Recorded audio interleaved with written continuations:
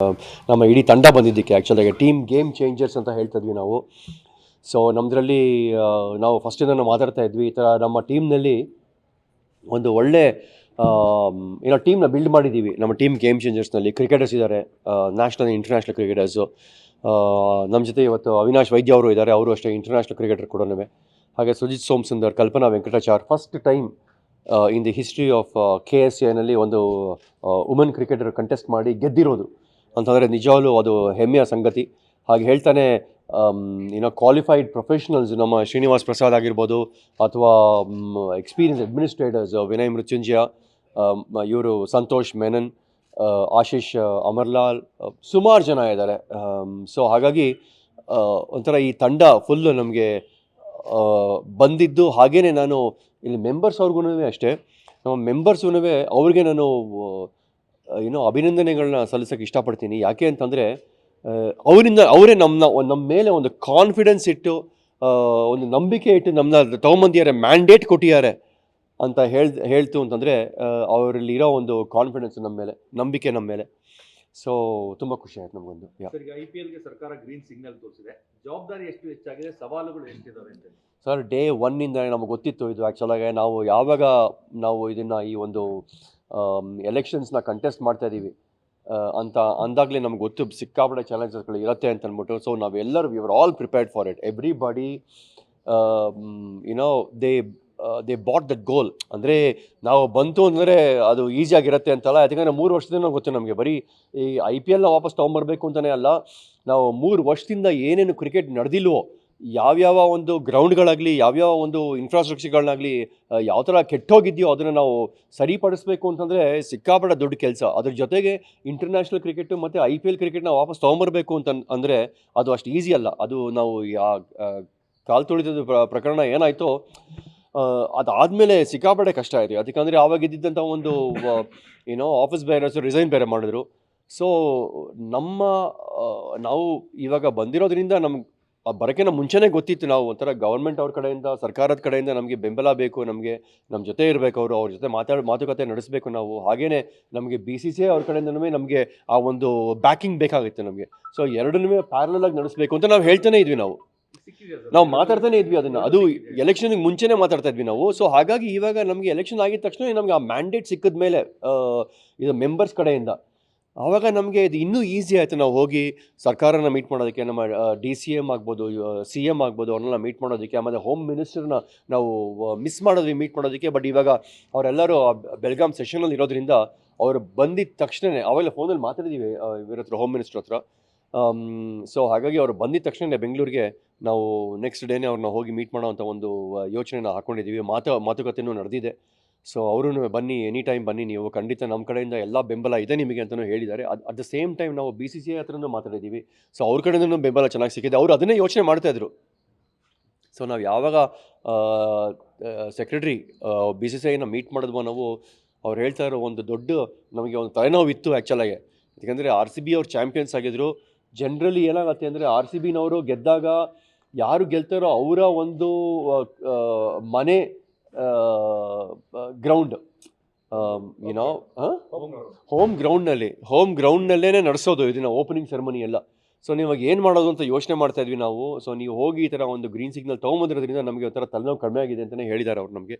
So ಹಾಗಾಗಿ ಒಂಥರ ಇದು ಖಂಡಿತ ಎಲ್ಲರಿಗೂ ಸಿಹಿ ಸುದ್ದಿ ಅಂತ ಹೇಳೋಕ್ಕೆ ಇಷ್ಟಪಡ್ತೀನಿ. ಎಲ್ಲರಿಗೂ ಅಂದರೆ ನಮ್ಮ ಕ್ರಿಕೆಟ್ ಫ್ಯಾನ್ಸ್ಗೆ ಮತ್ತು ಮೆಂಬರ್ಸ್ಗೆ, KSA ಮೆಂಬರ್ಸ್ಗೆ, ಅವ್ರಿಗೆಲ್ಲ ಇದು ಒಂಥರ ಸಿಹಿ ಸುದ್ದಿ ಅಂತ ಹೇಳೋಕ್ಕೆ ಇಷ್ಟಪಡ್ತೀನಿ. ಸೊ ಹಂಗೆ ಹೇಳ್ತಾನೆ ಸರ್, ಇದು ಕೆಲಸ ಅಂತೂ ಕಡಿಮೆ ಆಗಿಲ್ಲ, ಇನ್ನೂ ಡಬಲ್ ಆಗ್ತಾವೆ, ಇನ್ನೂ ಹೆಚ್ಚಾಗಿ ಹೋಗ್ತಾ ಇದೆ. ನಾವು ಹಾಗೆ ಅಂದ್ಕೊಂಡಿದ್ದೀವಿ. ಅದು ಅದೇನೆ, ಇವಾಗ ನಾವು ಅದನ್ನು ಒಂಥರ ಅದು ಏನು ಓರಲ್ ಆಗಿ ಏನು ಕಮ್ಯುನಿಕೇಟ್ ಮಾಡಿದಾರೋ ಅದನ್ನು ನಾವು ಇನ್ ರೈಟಿಂಗ್ ನಾವು ಅದನ್ನು ಕನ್ಫರ್ಮ್ ಮಾಡ್ಕೊಳ್ಬೇಕು. ಇನಾಗ್ರೇಷನ್ ಮ್ಯಾಚ್ ಈ ಬಾರಿ ಬೆಂಗಳೂರಿನಲ್ಲಿ ಆಗುತ್ತಾ IPL? ಅದೇ, ಅದು ಆಗತ್ತೆ ಅಂತಲೇ ಹೇಳೋಕ್ಕೆ ಇಷ್ಟಪಡ್ತೀನಿ. ನಮಗೂ ಅದೇ ಆಗಬೇಕು ಅಂತಲೇ ಒಂದು ಇಚ್ಛೆ ಇದೆ. ಸೊ ಅದು ಬಹುಶಃ ಶೀಘ್ರದಲ್ಲೇ ಗೊತ್ತಾಗತ್ತೆ ಏನು ಅಂತ. ಹಾಗೆ ಹೇಳ್ತಾನೆ ಇವಾಗ ಆವಾಗಲೇ ನಮ್ಮ ಪೊಲೀಸವರೆಲ್ಲ ಸ್ವಲ್ಪ ನಮಗೆ ಇದು ಕೊಟ್ಟಿದ್ದಾರೆ, ಒಂಥರ ಗ್ರೀನ್ ಸಿಗ್ನಲ್ ಕೊಟ್ಟಿದ್ದಾರೆ. ಆಯಿತಾ, ವಿಜಯ್ ಹಜಾರೆ ನಡೀತದೆ ಇವಾಗ. ಸೊ ಬಹುಶಃ ನಮ್ಮ ವಿರಾಟ್ ಕೊಹ್ಲಿ ಅವರು ಆಡಬಹುದು ಇದು ವಿಜಯ್ ಹಜಾರೆನ ಆಡಬಹುದು. ಸೊ ಡೆಲ್ಲಿ ತಂಡ ಅದು ಬೆಂಗಳೂರಲ್ಲಿ ಆಡ್ತಾ ಇದ್ದಾರೆ. ಸೊ ಬೆಂಗಳೂರಲ್ಲಿ ನಮಗೆ ಒಂದು 2-3 ಗ್ರೌಂಡ್ಗಳಿದೆ. ಒಂದು ಆಲೂರಿನಲ್ಲಿ ಒಂದು 3 ಗ್ರೌಂಡ್ ಇದೆ. ಹಾಗಾಗಿ ಚಿನ್ನಸ್ವಾಮಿ ಸ್ಟೇಡಿಯಂನು ಯೂಸ್ ಮಾಡ್ತಾ ಇದೀವಿ ನಾವು. ಸೊ ಎಲ್ಲ ಆಡ್ತಾರೆ ಅಂತ ಇನ್ನೂ ಗೊತ್ತಿಲ್ಲ ನಮಗೆ ಸರಿಯಾಗಿ. ವಿರಾಟ್ ಕೊಹ್ಲಿ ಅವರು ಬಂದರೆ ಆಡಿದ್ರೆ ಅವರು ಡೆಲ್ಲಿಗೆ. ಸೊ ಸೂಚನೆ ಅಂತೂ ಕಾಣಿಸ್ತಾ ಇದೆ. ಸೊ ಆ ಒಂದು ಗ್ರೀನ್ ಸಿಗ್ನಲ್ ಕೊಟ್ಟಾಗ ಆಡೋಕ್ಕೆ ಸೊ ಬಹುಶಃ ನಮಗೆ ಮುಂದೆ ಹೋಗ್ತಾನೆ ಇನ್ನೊಂದು ತಿಂಗಳಿನಲ್ಲಿ IPL ಆಗ್ಬೋದು, ಇಂಟರ್ನ್ಯಾಷನಲ್ ಮ್ಯಾಚ್ ಆಗ್ಬೋದು, ಅದಕ್ಕೂ ಒಂದು ಗ್ರೀನ್ ಸಿಗ್ನಲ್ ಕೊಡ್ಬೋದು. ಬೆಂಗಳೂರಿನ ಹೊರವಲಯದಲ್ಲಿ ಒಂದು ಕ್ರೀಡಾಂಗಣವನ್ನು ಮಾಡಬೇಕು ಅಂತೇಳಿ ಸರ್ಕಾರ ಚಿಂತನೆ ನಡೆಸಿದೆ. ಅದ್ರ ಬಗ್ಗೆ ತಮ್ಮ ಅಭಿಪ್ರಾಯ ಏನು ಸರ್? ಮಧ್ಯದಲ್ಲಿರುವಂಥದ್ದು ಮತ್ತೆ ನಗರದ ಹೊರವಲಯದಲ್ಲಿ ಮಾಡುವಂಥದ್ದು. ಇಲ್ಲ, ಅವರು ಮೇಯ್ನ್ಲಿ ಸ್ಪೋರ್ಟ್ಸ್ ಸಿಟಿ ಈ ಥರ ಮಾಡ್ತಾ ಇದ್ದಾರೆ. ಸೊ ನಮಗೆ ಬರೀ ಕ್ರಿಕೆಟ್ ಮಾತ್ರನೇ ಅಲ್ಲ ಸರ್, ಬೇರೆ ಸ್ಪೋರ್ಟ್ಸ್ಗೂ ನಾವು ಅಷ್ಟೇ ಒಂದು ಇಂಪಾರ್ಟೆನ್ಸ್ ಕೊಡಬೇಕಾಗತ್ತೆ ನಾವು. ಸೊ ಹಾಗಾಗಿ ಇದು ನಂಗೆ ತಿಳಿದಂಗೆ ಸರ್ಕಾರದ ಕಡೆಯಿಂದ ಬೆಂಗಳೂರಿನ ಹೊರಗಡೆ ಒಂದು ಸ್ಟೇಡಿಯಂ ಮಾಡ್ತಾ ಇದ್ದಾರೆ ಅಂತಂದರೆ ಅದು ಕ್ರಿಕೆಟ್ ಸ್ಟೇಡಿಯಂ ಅಂತಲೇ ಅಲ್ಲ, ಅದು ಒಲಿಂಪಿಕ್ ಸ್ಪೋರ್ಟ್ಸ್ಗೆ ಏನೇನು ಬೇಕೋ ನಾವು ಯಾವ ಥರ ನಾವು ಒಂದು ಅಹಮದಾಬಾದ್ನಲ್ಲಿ ನೋಡಿದ್ದೀವೋ ನಾವು ಎಲ್ಲ ಒಂದು ಆಟಗಳಿಗೂ ಸ್ಪೋರ್ಟ್ಸ್ ಕಾಂಪ್ಲೆಕ್ಸ್ ಥರ ಅದಂತರ ಆ ಒಂದು ಮಾಡೋವಂಥ ಯೋಚನೆ ಇಟ್ಕೊಂಡಿದ್ದಾರೆ ಅಂತ ಕಾಣಿಸುತ್ತೆ ನನಗೆ ತಿಳಿದಂಗೆ. ನನಗೆ ಯಾವುದು ಒಂಥರ ಫ್ಯಾಕ್ಟ್ ಅಂತ ಗೊತ್ತಿಲ್ಲ ನನಗೆ. ಇದಕ್ಕೆ ನಾವೆಲ್ಲ ತಿಳ್ಕೊಳ್ತಾ ಇದ್ದೀವಿ, ತಿಳ್ಕೊಳ್ತಾ ಇದ್ದೀವಿ. ಸೊ ಮಾಡಿದ್ರೆ ಒಳ್ಳೇದು. ಹಾಗಾಗಿ ಸ್ಟೇಡಿಯಂ ಆಗಬೇಕು ಅನ್ನುವಂಥದ್ದು ನಿಮ್ಮ ಅವಧಿಯಲ್ಲಿ ಅದು ಎಷ್ಟು ಚುರುಕಾಗತ್ತೆ ಅಂತ ಸರ್? ಖಂಡಿತ ಆಗಬೇಕು, ಖಂಡಿತ ಆಗಲೇಬೇಕು. ಮೈಸೂರು ನಮಗೆ ತುಂಬ ಬೇಕಾದಂಥ ಒಂದು ಊರು. ನಮಗೆ ಒಂಥರ ಮಹಾರಾಜರು ಇದ್ದಂಥ ಒಂದು ಊರಿದು. ನಮ್ಮ ತಂದೆಯವರು ಕೂಡ ಮೈಸೂರಿನವರು ಅಂತ ಹೇಳೋಕ್ಕೆ ಇಷ್ಟಪಡ್ತೀನಿ. ಅವರು ಹುಟ್ಟಿ ಬೆಳೆದಿದ್ದೆಲ್ಲ ಇಲ್ಲೇ. ಸೊ ಆಮೇಲೆ ಅಫ್ಕೋರ್ಸ್ ಕೆಲಸಕ್ಕೋಸ್ಕರ ಅವರು ಬೆಂಗಳೂರಿಗೆ ಬಂದಿದ್ದು. ಆಮೇಲೆ ನಾವೆಲ್ಲ ಅಲ್ಲಿ ಬೆಂಗಳೂರಲ್ಲಿ ಹುಟ್ಟಿದ್ದು. ಸೊ ಅಲ್ಲೇ ಬೆಂಗಳೂರಿಯನ್ಸ್ ಆಗ್ಬಿಟ್ವಿ ನಾವು. ಆದರೆ ನಾವು ಎವ್ರಿ ದಸರಾಗೆ, ನಾನು ಚಿಕ್ಕ ಹುಡುಗ ಇದ್ದಾಗ ನನಗೆ ಗೊತ್ತಿತ್ತು, ಎವ್ರಿ ದಸರಾಗೆ ನಮ್ಮ ತಂದೆಯವರು ಕರ್ಕೊಂಬರೋರು ಇಲ್ಲಿ ಮೆರವಣಿಗೆಗೆ, ದಸರಾ ಮೆರವಣಿಗೆಗೆ. ಸೊ ಅದನ್ನಂತೂ ಮರೆಯೋಕ್ಕೆ ಆಗೋದಿಲ್ಲ. ಸೊ ಹಾಗೆ ಹೇಳ್ತಾನೆ Mysore is so close to every one's heart ಆ್ಯಕ್ಚುಲಾಗಿ. ಸೊ ಹಾಗಾಗಿ ಇಲ್ಲಿ ಒಂದು ಸ್ಟೇಡಿಯಂ ಆಗಬೇಕು, ಆ ಒಂದು ಯೋಚನೆ ಇಟ್ಕೊಂಡಿದ್ದೀವಿ ನಾವು, ಒಂದು ಪ್ಲ್ಯಾನ್ ಇಟ್ಕೊಂಡಿದ್ದೀವಿ. ಹಾಗೆ ಹೇಳ್ತಾನೆ ಇದು ಸ್ಟೇಡಿಯಮ್ಸ್ಗಿನ್ನ ಸರ್, ನೀವು ಆಟ ಆಡೋದಕ್ಕೆ ಮಕ್ಕಳಿಗೆ ನೀವು ಒಳ್ಳೊಳ್ಳೆ ಗ್ರೌಂಡ್ಗಳು ಮಾಡಿಕೊಡ್ಬೇಕು. ಸ್ಟೇಡಿಯಂ ಕಟ್ಬಿಡೋದಲ್ಲ, ಗ್ರೌಂಡ್ಗಳು ಕೊಟ್ಟು ಅವ್ರಿಗೆ ನೀವು ಒಂದು ಇನ್ಫ್ರಾಸ್ಟ್ರಕ್ಚರ್ ಮಾಡಿಕೊಟ್ಟು ಆಪರ್ಚುನಿಟಿಗಳು ಕೊಡಬೇಕು, ಅವಕಾಶ ಮಾಡಿಕೊಡ್ಬೇಕು. ಅದು ಬೇಕಾಗಿರೋದು. ಸೊ ಅದು ನಮ್ಮ ತಲೆಯಲ್ಲಿದೆ. ಸೊ ಎವ್ರಿ ಮಫಸಲ್ ಸೆಂಟರ್ನಲ್ಲಿ ಮೈಸೂರು ನಮಗೆ ಒಂದು ಝೋನ್ ಥರ. ಸೊ ಹಾಗೇ ಇನ್ನೊಂದು 5 ಝೋನ್ಗಳಿದೆ. ತುಮಕೂರಿದೆ, ಧಾರವಾಡ ಇದೆ, ಶಿವಮೊಗ್ಗ, ರಾಯಚೂರು, ಮಂಗಳೂರು.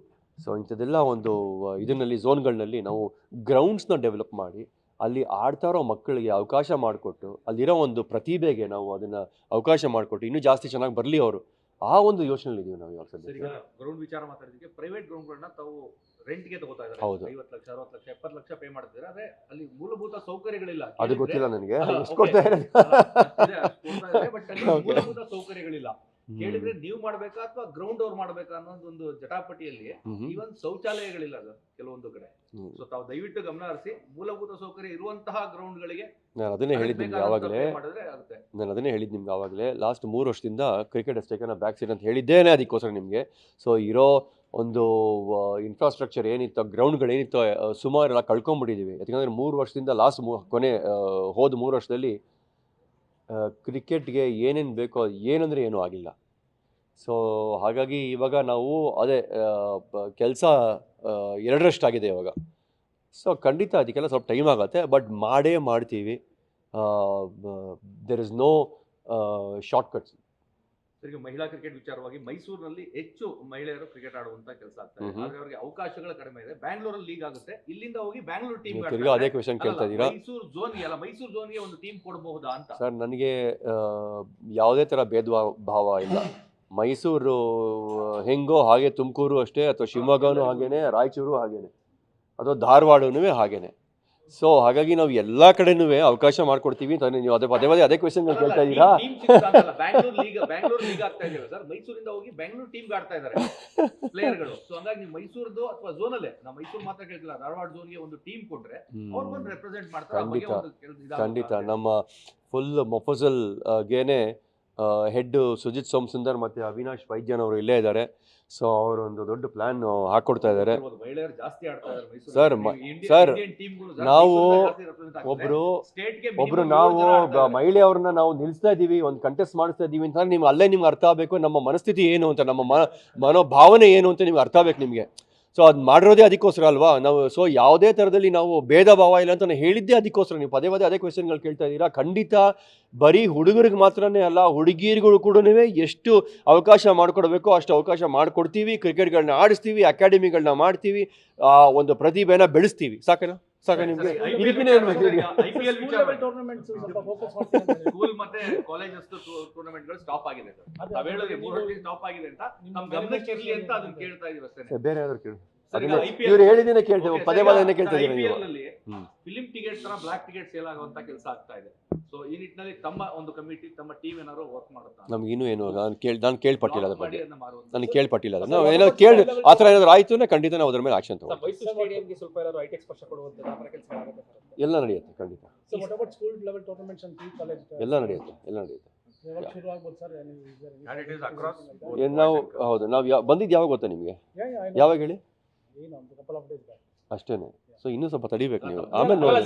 ವರ್ಕ್ ಮಾಡ್ಲೇಬೇಕಲ್ಲ ಸರ್, ಪ್ರತಿಯೊಂದಕ್ಕೂ ವರ್ಕ್ ಮಾಡ್ಲೇಬೇಕಲ್ಲ ಸರ್.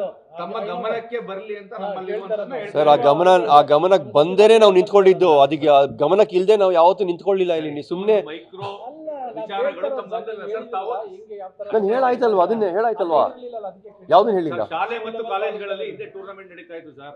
ಆ ಲೆವೆಲ್ ಅಲ್ಲಿ ಇವರೇ ಕಂಡಕ್ಟ್ ಮಾಡ್ತಾ ಇದ್ರು. ಈಗ ಸ್ಟಾಪ್ ಆಗಿದೆ. ಅದನ್ನ ತಾವು ಮುಂದುವರಿಸುವಂತ ಕೆಲಸ ಮಾಡ್ತೀವಿ. ಖಂಡಿತ ಮಾಡ್ತೀವಿ. ಇದೆಯಾ ಕೇಳ್ತಾ ಖಂಡಿತ ಇದೀವಿ ಮಾಡ್ತೀವಿ. ಪ್ರೆಸಿಡೆಂಟ್ ಅವರು ಹೇಳಿದಾಗೆ ಗ್ರಾಸ್ ರೂಟ್ ಲೆವೆಲ್ ಅಷ್ಟೇ. ನಾವು ಗೊತ್ತಿಲ್ಲ, ನೀವು ಹೊಸ ಬಂದಿದ್ದೀರಾ ಅಂದ್ಬಿಟ್ಟು ನಿಮ್ ಗಮನಕ್ಕೆ ತರ್ತಾ ಇದೀವಿ ಅಷ್ಟೇ. ಅದು ಹೇಳಿದ್ರಲ್ಲ. Don't take it offensive way, sir. Offensive ಅಲ್ವೇ ಅಲ್ಲ. ನೀವು ಕೇಳಿದ್ದನ್ನೇ ತಿರ್ಗಾ ಮರ್ಗಾ ಮಾಡಿ ಕೇಳ್ತಾ ಇದೀರಾ ನೀವು. ನಾನು ಅದನ್ನೇ ಹೇಳ್ತಾ ಇರೋದು ನಾವು. ಸೊ ಹಾಗಾಗಿ ನೀವು ಏನ್ ಹೇಳಿದ್ರು ಅದನ್ನೇ ನಾನು ಮಾತಾಡ್ತಾ ಇದೀನಿ.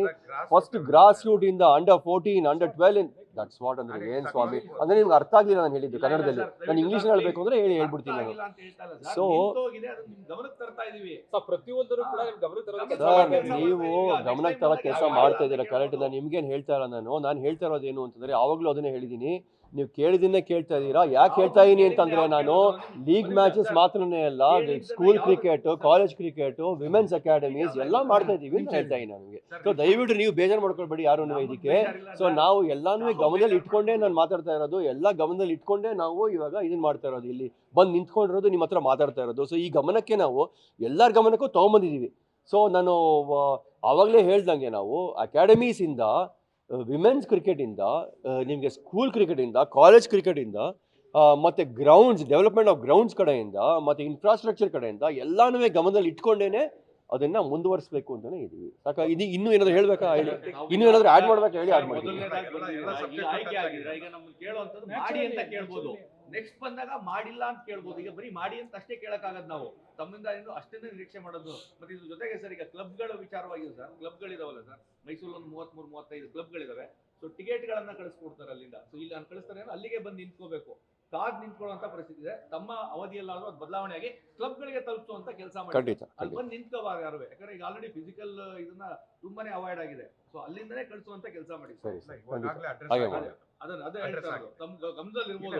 ಎಲ್ಲಾ ಕ್ಲಬ್ ಅವರು ಬಂದಲ್ಲಿ ನಿಂತ್ಕೋತಾರೆ. ಇವತ್ತು ಬನ್ನಿ, ನಾಳೆ ಬನ್ನಿ. ನಾವು ಮೈಸೂರು ಹೊರಟೋಗ್ತಾರೆ ಬೆಂಗಳೂರಿಗೆ, ಬರೀ 140 ಕಿಲೋಮೀಟರ್ ಅಂತ ಬೀದರಿಂದ ಬರ್ತಾರೆ. ಅವರು 2 ಡೇಸ್ ಕಾಯ್ಕೋತಾರೆ ಟಿಕೆಟ್ ಇಸ್ಕೊಳ್ಳಿಕ್ಕೆ. ಬರೀ ಒಳ್ಳೇದು. ಆ ಥರ ಆಗೋದು ಬಿಡಲ್ಲ ನಾವು. ಮಾಡಬೇಡಿ ತಮ್ಮ ಅವಧಿಯಲ್ಲಿ ಅಂತ ಅಷ್ಟೇ. ಅವ್ರಿಗೆ ಏನು ತಕ್ಕದ ಮರ್ಯಾದೆ ಕೊಡ್ಬೇಕಲ್ಲ, ಅದು ಡೆಫಿನೆಟ್ಲಿ ಕೊಡ್ತೀವಿ. ಸರಿನಾ? Thank you sir.